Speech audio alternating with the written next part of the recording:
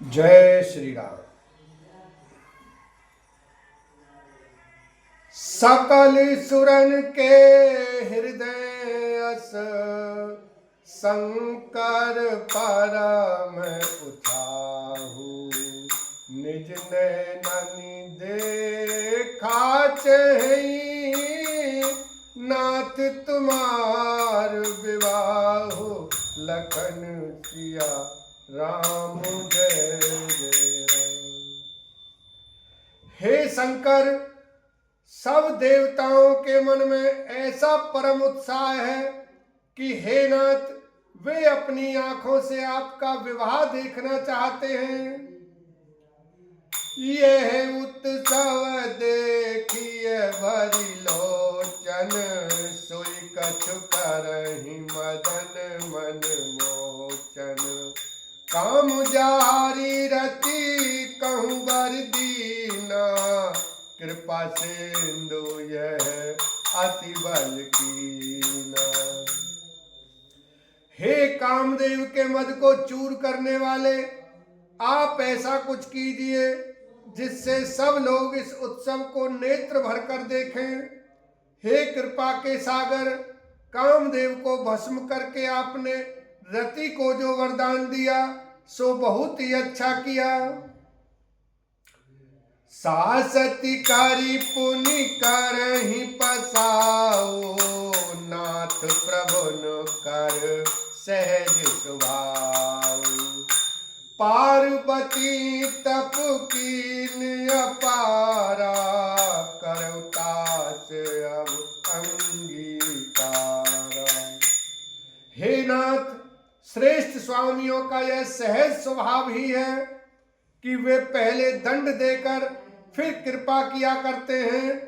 पार्वती ने अपार तप किया, अब उन्हें अंगीकार कीजिए। सुनि विधि विनय समझी प्रभु वाणी, ऐसे होय कहा सुख मानी। तब देवन दुंदुभि बजाई, बरसि सुमन जय जय सुर साई। ब्रह्मा जी की प्रार्थना सुनकर और प्रभु श्री रामचंद्र जी के वचनों को याद करके शिव जी ने प्रसन्नता पूर्वक कहा, ऐसा ही हो। तब देवताओं ने नगाड़े बजाए और फूलों की वर्षा करके जय हो, देवताओं के स्वामी की जय हो, ऐसा कहने लगे। अवसर जानि सप्त ऋषि आए, तुरतहि विधि गिरि भवन पठाए।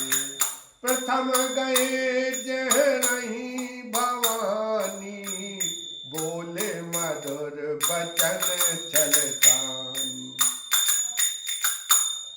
उचित अवसर जानकर सप्तऋषि आए और ब्रह्मा जी ने तुरंत ही उन्हें हिमाचल के घर भेज दिया। वे पहले वहां गए जहां पार्वती जी थी और उनसे छल से भरे मीठे विनोद युक्त आनंद पहुंचाने वाले वचन बोले।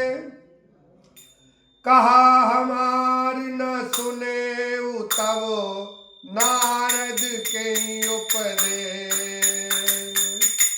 अब भाझूट तुम्हार पन, जारु काम महेश लखन सिया राम जय जय राम। नारद जी के उपदेश तुमने उस समय हमारी बात नहीं सुनी, अब तो तुम्हारा प्रण झूठा हो गया, क्योंकि महादेव जी ने काम को ही भस्म कर डाला। महाप्राण तीसरा विश्राम। सुनी बोली मुस्काई भवानी, उचित कहे मुनि बर बेजानी। तुमरे जान काम अब जारा, अब लगी शंभु रहे सविकारा। यह सुनकर पार्वती जी मुस्कुरा कर बोली, हे विज्ञानी मुनिवरो, आपने उचित ही कहा। आपकी समझ में शिव जी ने कामदेव को अब जलाया है, अब तक तो वे विकार युक्त कामी ही रहे। हमरे जान सदास जोगी, अज अननवद अकाम अभोगी। जो में शिव से अस जानी, प्रीति समेत करम मन बानी। किंतु हमारी समझ से तो शिव जी सदा से ही योगी, अजन्मा, अनित्य, काम रहित और भोगहीन है। और यदि मैंने शिव जी को ऐसा समझकर ही मन, वचन और कर्म से प्रेम सहित उनकी सेवा की है, तो हमारे पन सुनहु मुनीसा, करिहै सत्य कृपा निधि ईसा। तुम जो कहा हजार उमारा, सोयत बड़ अविवेक तुम्हारा। तो हे मुनीश्वरों सुनिए, वे कृपा निधान भगवान मेरी प्रतिज्ञा को सत्य कहेंगे। आपने जो यह कहा कि शिव जी ने कामदेव को भस्म कर दिया, यही आपका बड़ा भारी अविवेक है। तात अनल कर सहज सुबाहु, हिमते निकट जाए नहीं ताऊ। गए समीप तो अवश्य न साई, असमन पंथ महेश की नाई। हे तात, अग्नि का तो यह सहज स्वभाव ही है कि पाला उसके समीप कभी जा ही नहीं सकता, और जाने पर वह अवश्य नष्ट हो जाएगा। महादेव जी और कामदेव के संबंध में भी यही न्याय बात समझना चाहिए। हिय हरि से मुनि वचन सुने, देख प्रीति विश्वास। चले भवानी नाय सिर, गए हिमाचल पास लखन सिया राम, जय जय राम। पार्वती के वचन सुनकर और उनका प्रेम तथा विश्वास देखकर मुनि हृदय में बड़े प्रसन्न हुए। वे भगवान को सिर नवाकर चल दिए और हिमाचल के पास पहुंचे। सब प्रसंग गिरिपत ही चुनावा, मदन दहन सुनि अति दुख पावा। बहुरी कहे रति कर बरदाना, सुन हिमवंत बहुत सुख माना।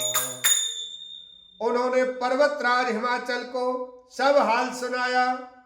कामदेव का भस्म होना सुनकर हिमाचल बहुत दुखी हुए।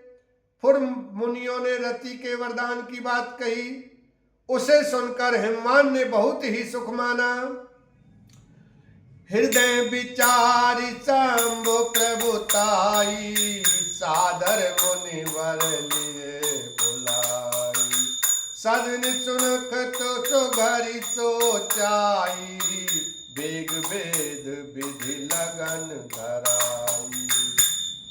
शिव जी के प्रभाव को मन में विचार कर हिमाचल ने श्रेष्ठ मुनियों को आदर पूर्वक बुला लिया और उनसे शुभ दिन, शुभ नक्षत्र और शुभ घड़ी शोधवाकर वेद की विधि के अनुसार शीघ्र ही लगन निश्चय कराकर लिखवा लिया। बोलो शंकर भगवान की जय, माता पार्वती की जय, रामचंद्र भगवान की जय।